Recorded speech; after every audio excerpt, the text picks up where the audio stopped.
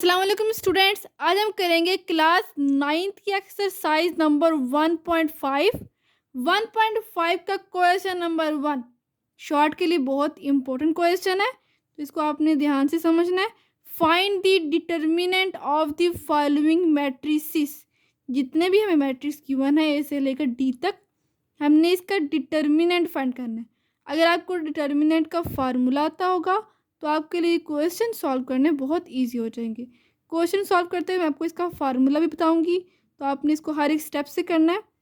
इसका first part देखिए, हमें मैट्रिक्स गिवन है ए इज इक्वल टू -1 1 2 0। इसका हमने डिटर्मिनेंट फाइंड करना है, तो शॉर्ट के लिए बहुत इंपॉर्टेंट क्वेश्चन है। Determinant of A is equal to, ये आपने डिटर्मिनेंट की ये वैल्यू, ये साइन होता है हमारे पास, आपने ये लाजमी लगाना है। सिंपल जो हमारे पास लाइन लगानी है आपने, ठीक है, ब्रैकेट नहीं बनानी। जब भी आपने डिटर्मिनेंट फाइंड करना है तो मेन चीज़ आपने याद रखनी है कि आपने ब्रैकेट नहीं लगानी, सिंपल लाइंस लगानी है, ठीक है। अब ये वही वाला हमने लिख देनी है वैल्यूज़ -1 1 2 0, और इसको मल्टीप्लाई कर देना है। -1 को मल्टीप्लाई करना है 0 के साथ, जिस तरह क्रॉस मल्टीप्लाई करते हैं वैसे करना है।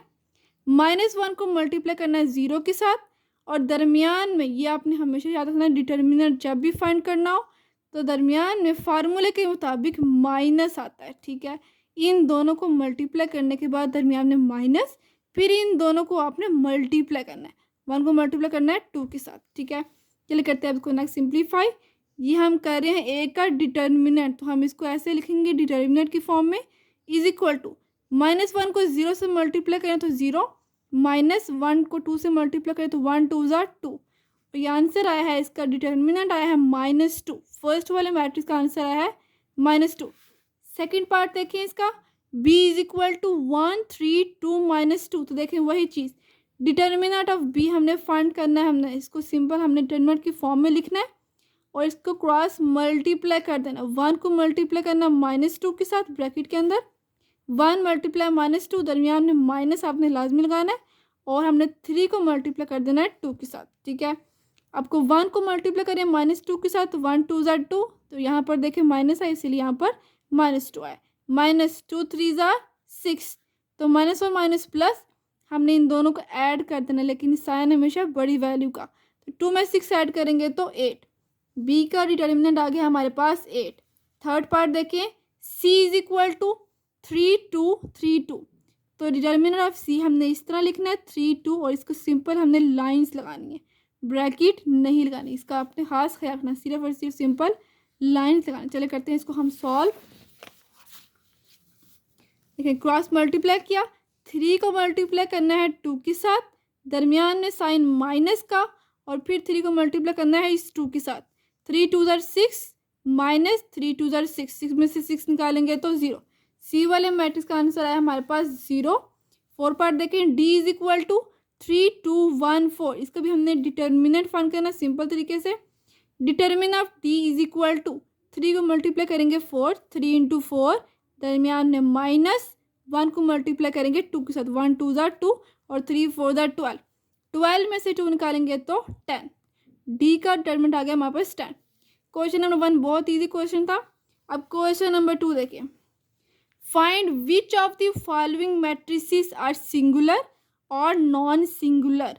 हमने बताना है कौन सा मैट्रिक्स हमें जो गिवन है वो सिंगुलर है और कौन सा मैट्रिक्स नॉन सिंगुलर है। सिंगुलर में अगर आंसर हमारे पास 0 आ जाए, तो अगर हमने डिटर्मिनेंट फाइंड किया उसका आंसर फर्ज करें, यहाँ देखें हमने ये डिटर्मिनेंट फाइंड किया, इसका आंसर 0 आ गया, तो ये सिंगुलर होगा, ठीक है। और अगर आंसर 0 ना आए, अगर 10 आए तो, और 0 के इक्वल ना आए तो वह नॉन सिंगुलर होगा, ठीक है। चले हम करते हैं इसको सॉल्व। ए का हमें मैट्रिक्स गिवन हुआ है, ए इज इक्वल टू 3 6 2 4। हमने इसका डिटर्मिनेंट फाइंड करना है। सिंगुलर और नॉन सिंगुलर फाइंड करने के लिए हमने इसका डिटर्मिनेंट फाइंड करना होता है। डिटर्मिनेंट इज इक्वल टू, हमने लाइन लगाई 3 6 2 4, ये वाला मैट्रिक्स लिखा। अब इसको हमने डिटर्मिनेंट से सॉल्व करना है।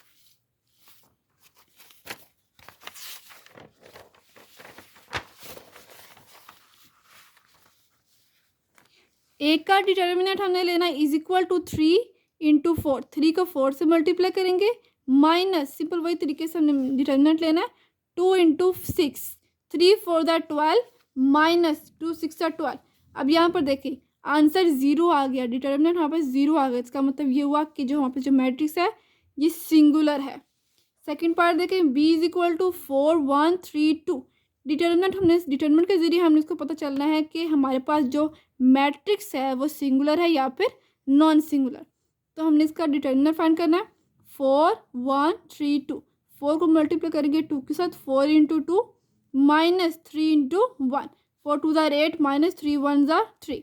बी का टर्मिनेंट बी हमारे पास आ गया, 8 में से 3 निकालेंगे तो 5। अब यहाँ पर देखें 5 आ गया, 0 नहीं आया।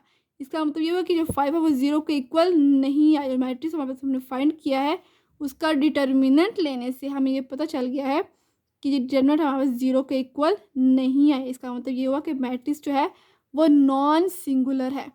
थर्ड पार्ट देखें, C is equal to 7 minus 9 3 5।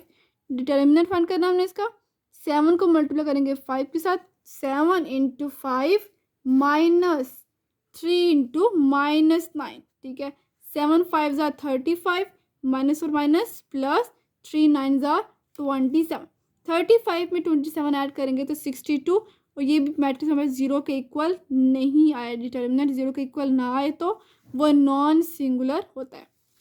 का 4 वाला पार्ट देखें, d is equal to 5 minus 10 minus 2 4। Determinant of d is equal to, हमने वही वाला मैट्रिक्स लिखना है लेकिन लाइंस लगा के, ठीक है, डिटर्मिनेंट की फॉर्म के अंदर। 5 इंटू 4 माइनस 2 इंटू माइनस, ये आपने ब्रैकेट के अंदर लास्ट में लगाना है। 5 4 ज़ा 20 माइनस और minus plus, plus minus minus, 2 10 ज़ा 20। तो 20 में से 20 निकालेंगे तो 0। तो हमारे जो डिटर्मिनेंट आया है वो 0 के इक्वल है। इसका मतलब ये हुआ कि जो डी वाला मैट्रिक्स है वो सिंगुलर है।